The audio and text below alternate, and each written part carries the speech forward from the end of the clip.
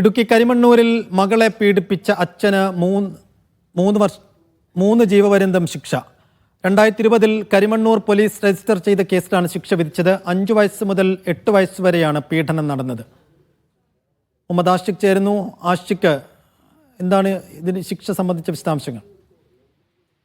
സൈഫുദ്ദീൻ, ക്രൂരമായ ഒരു പീഡനത്തിന്റെ കേസുമായി ബന്ധപ്പെട്ടാണ് ഇപ്പോൾ കരിമണ്ണൂർ കോടതി ശിക്ഷ വിധിച്ചിട്ടുള്ളത്.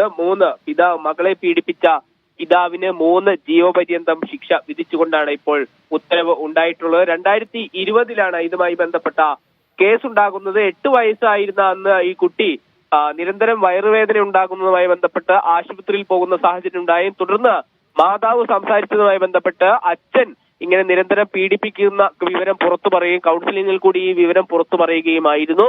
തുടർന്ന് ഇത് പോലീസിൽ കേസ് നൽകുകയും അന്വേഷണം നടത്തുകയും പിതാവിനെ അറസ്റ്റ് ചെയ്യുന്ന സാഹചര്യം അടക്കമുണ്ടായി. പെൺകുട്ടിയുടെ മൊഴിയിൽ 5 വയസ്സ് മുതൽ 8 വയസ്സ് വരെ നിരന്തരം പീഡനത്തിനിരയായതായിട്ടാണ് പോലീസ് കണ്ടെത്തിയത്. തുടർന്ന് ഇയാളെ അറസ്റ്റ് ചെയ്യുകയും മറ്റു നടപടികളിലേക്ക് കടക്കുകയുമായിരുന്നു. എന്നാൽ ഇപ്പോൾ ഈ കേസിൽ വിധി വന്നിരിക്കുകയാണ്.